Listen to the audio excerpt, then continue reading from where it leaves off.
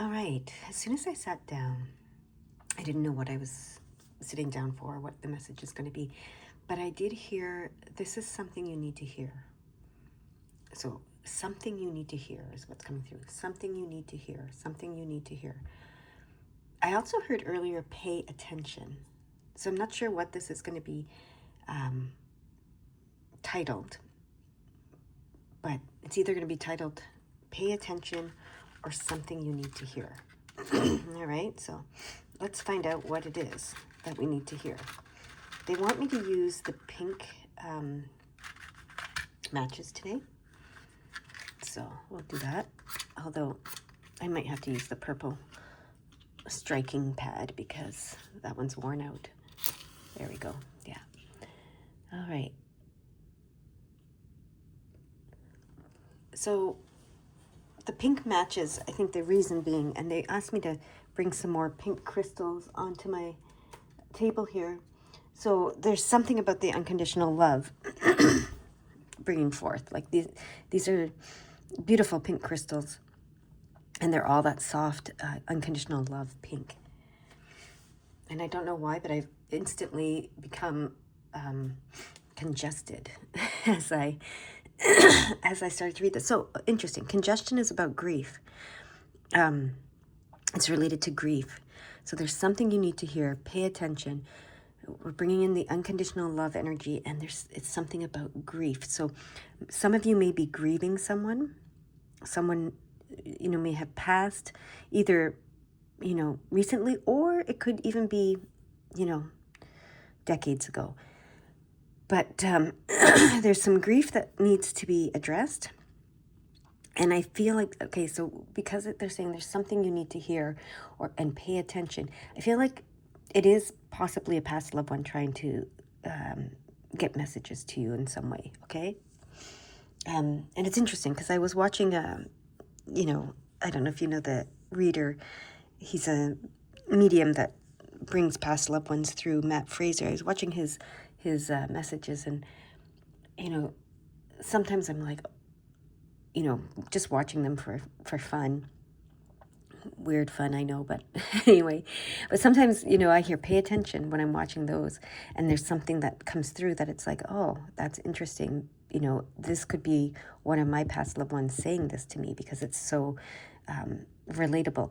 So there's something about paying attention, and there's something about something you need to hear. There's something about grief, and there's something about a past loved one, okay?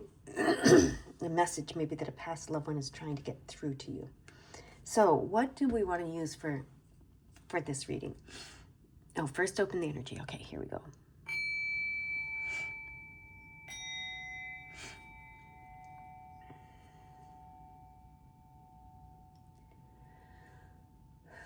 Okay, interesting. I haven't used many of my decks in a long time, but they're asking me to get one up here. What one do you want? Yeah, it's this one.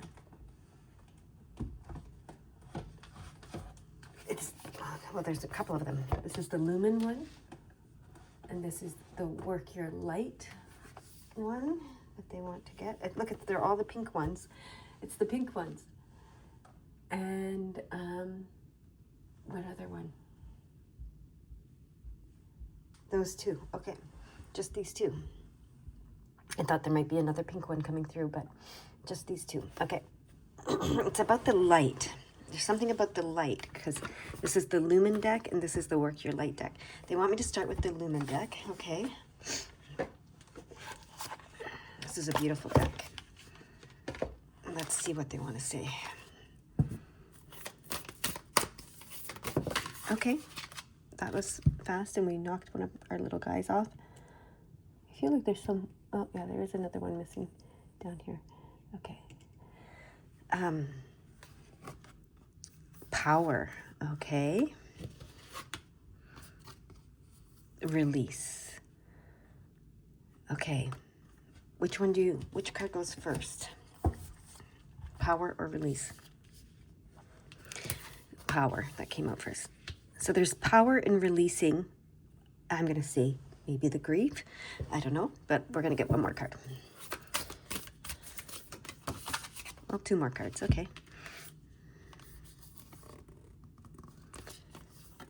get curious and get creative. And they want me to put them in this order. It's like a pattern of color I'm seeing here.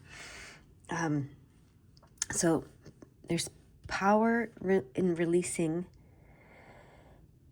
Okay, yeah, there's power in releasing.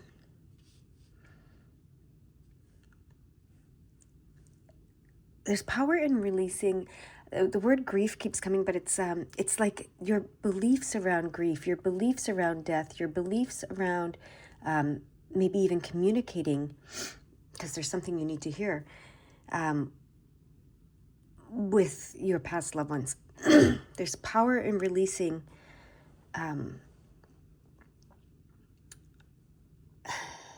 the limitations you've placed on yourself when it comes to that. And it's time to get curious and get creative about it, okay? Interesting, okay? They don't want me to look the cards up. I mean, this one is like releasing, it's got the frog on the lily pad about to leap. So it reminds me of the reading that, I think it was the other day, that said, you know, about leaping, taking a leap of faith. And there was something specific about that I can't remember anymore. But, all right, let's see. What do these cards say? These work your light cards.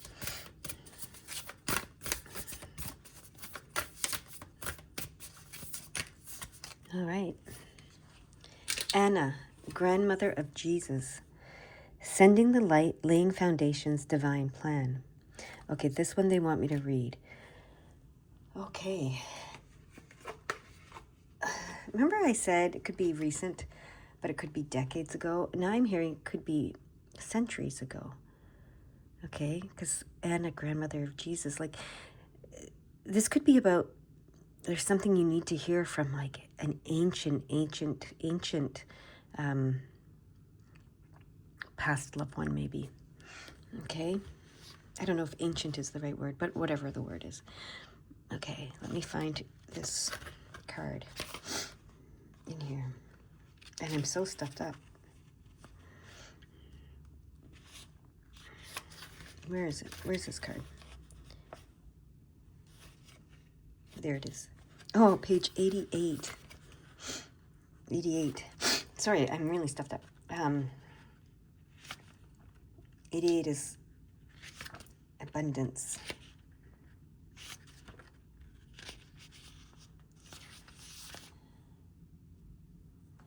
All right.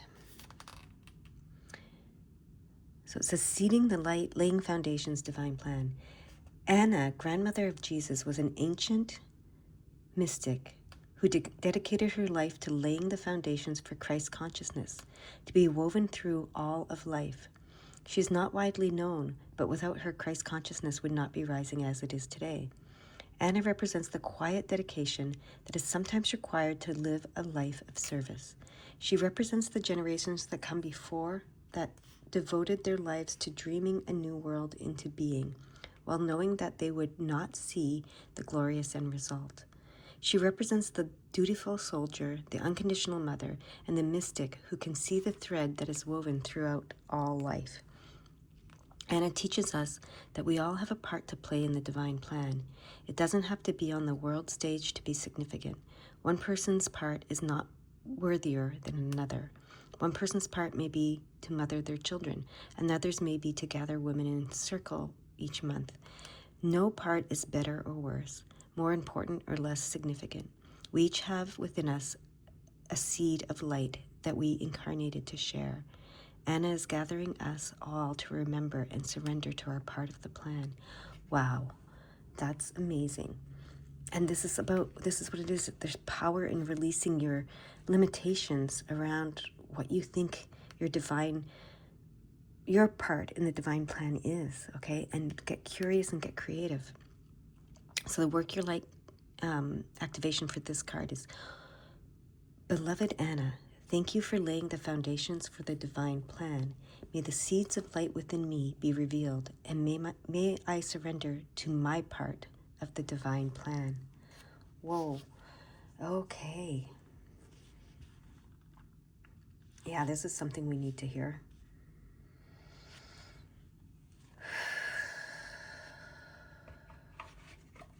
That is beautiful. I kind of just want to leave it there. I don't even want it to go further because the message feels so complete. All right. So I actually got interrupted. So I'm coming back to this reading later because it did feel so complete at the time. And I didn't know if I wanted to go further, but I think I just needed to integrate that part of the message. And now I can continue. They want me to read it again since I did get interrupted. And I know you didn't get interrupted, but I did. And they want me to pick up the energy where I left off. So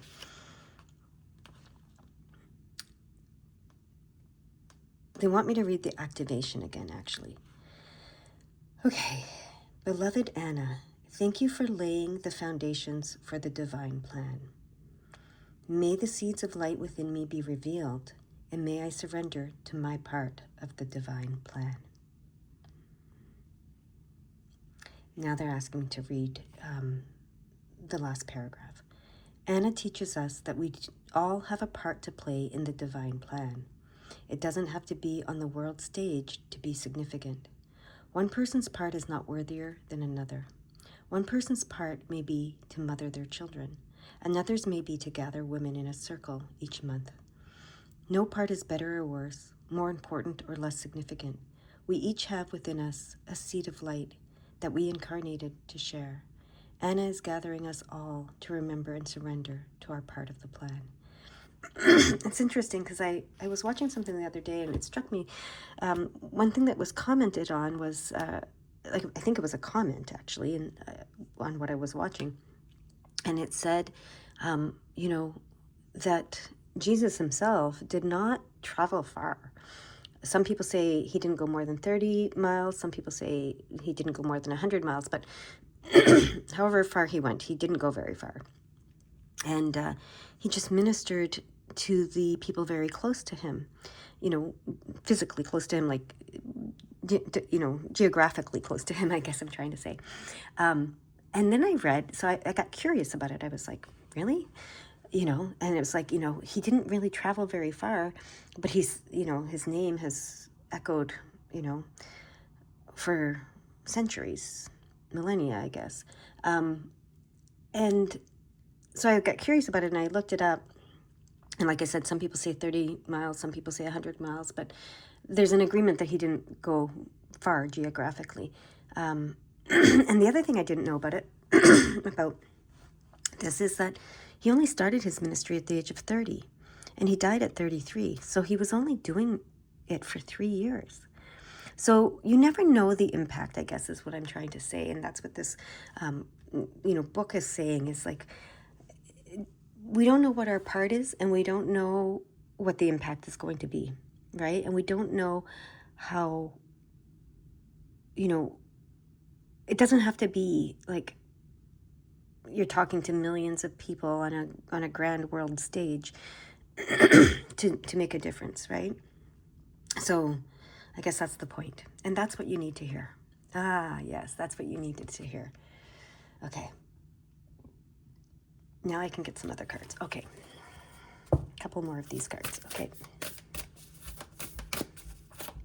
And that's why there's power in releasing your limitations, your limited beliefs around, like, I have to do something grand. I have to be like Jesus. And even Jesus at the time wasn't like Jesus. Jesus was a man who went and preached for 3 years. And, some say he performed miracles. Some say he, rose from, he was crucified for his beliefs. And it's interesting because, again, I was curious about it all. And I grew up Catholic, so I should know some of this stuff, but I didn't. And so I was curious about it all. And, he was crucified because people thought he was being blasphemous because he was saying, I am God. We are all God. God is within us. Those thoughts that at the time were not well accepted and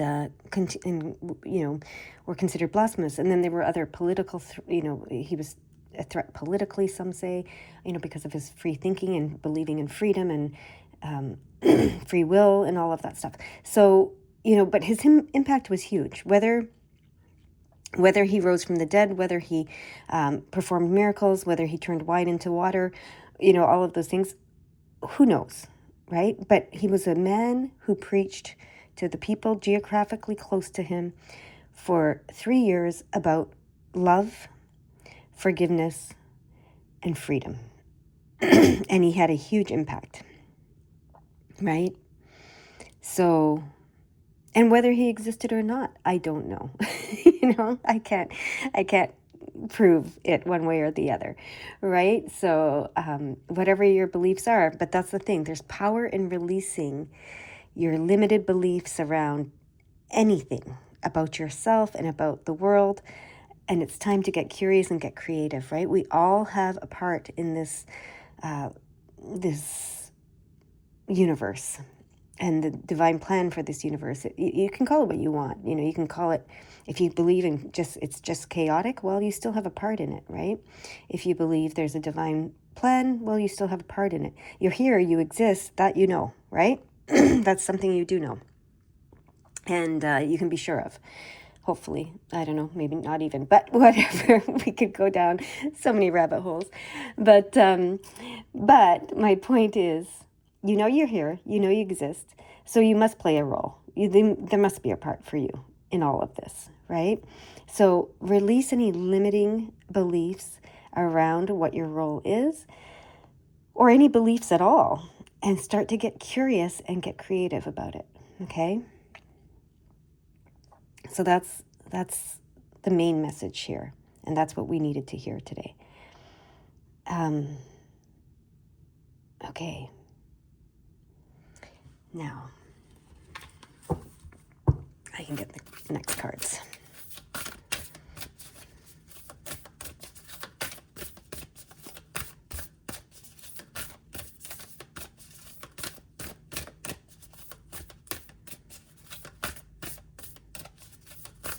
They want me to cut. I've been doing this a little bit lately. Let's cut the cards.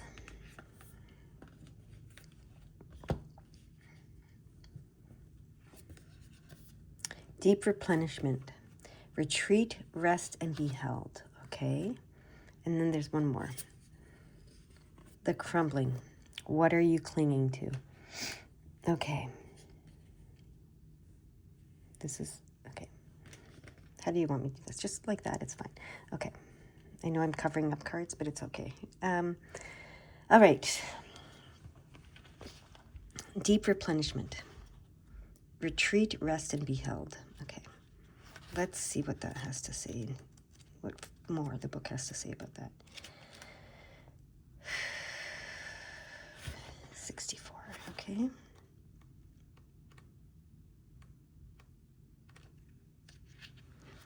The most selfless thing you can do is to fill up your own inner well.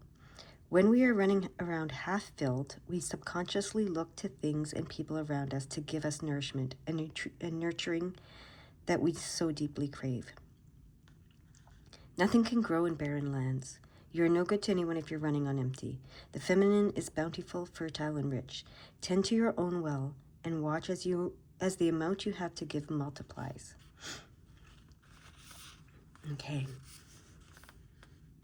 What nourishes you? What refuels your body? What is nectar for your soul? What brings you back to life? What is your secret medicine? What makes you feel abundant and fertile, overspilling with life? Whatever that is, what nourishes you is your medicine. When you give yourself the medicine that you need to be nourished, you nourish all those around you, for there is more than enough to go around. If your inner well isn't full, you will find yourself craving things from the outside world to fill it. This is our body's instinctive way of reaching for the grounding and nurturing that we are not allowing ourselves.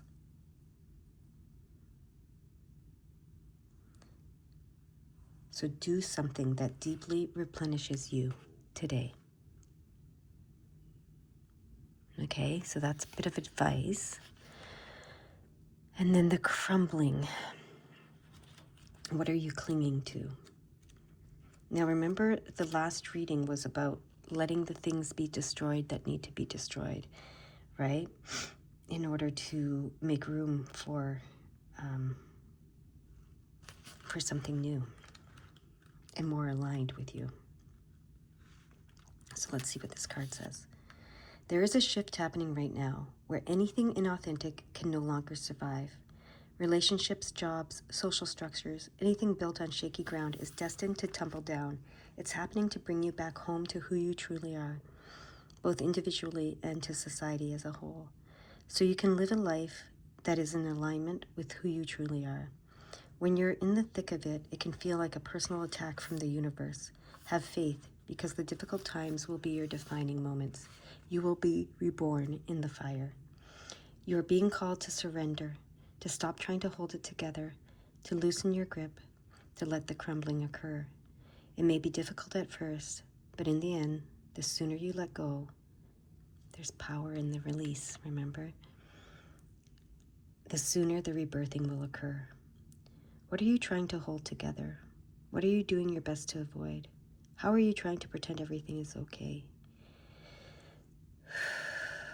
You have what it takes to allow what is falling away to tumble and fall. Once the tower has crumbled, you will be able to rebuild your home on solid ground with mighty foundations and a view that is so magnificent that it will take your breath away each new morning. Kali, the goddess of destruction, and the Black Madonna are with you now. Lay it all down on their altar. They can hold it all.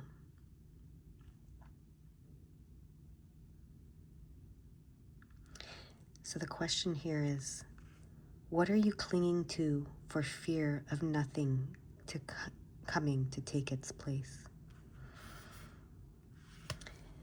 Interesting. So what you need to hear from that is something will come and take its place. Something more aligned, something more perfect, something more beautiful.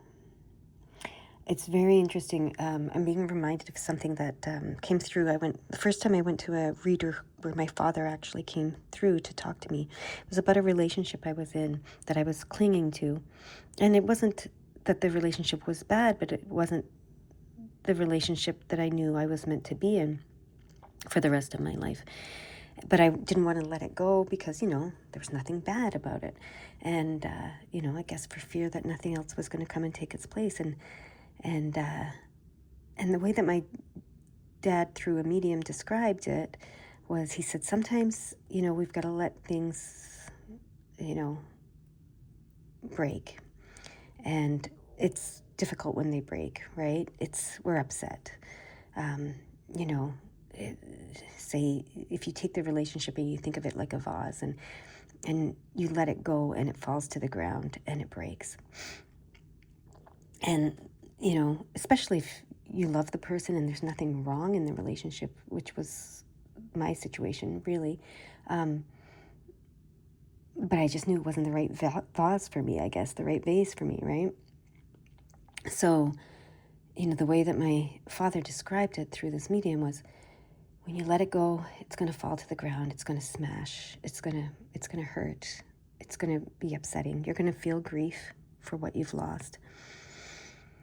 But then you sweep it up and you really let it go by discarding it wherever it needs to go. And I don't mean to sound harsh, and neither did my dad, about the discarding part, but it's like, you're putting it somewhere else, and it's going to have a whole other life somewhere else. That relationship, not so much, the relationship is not going to, because it's not the relationship between you and that person anymore.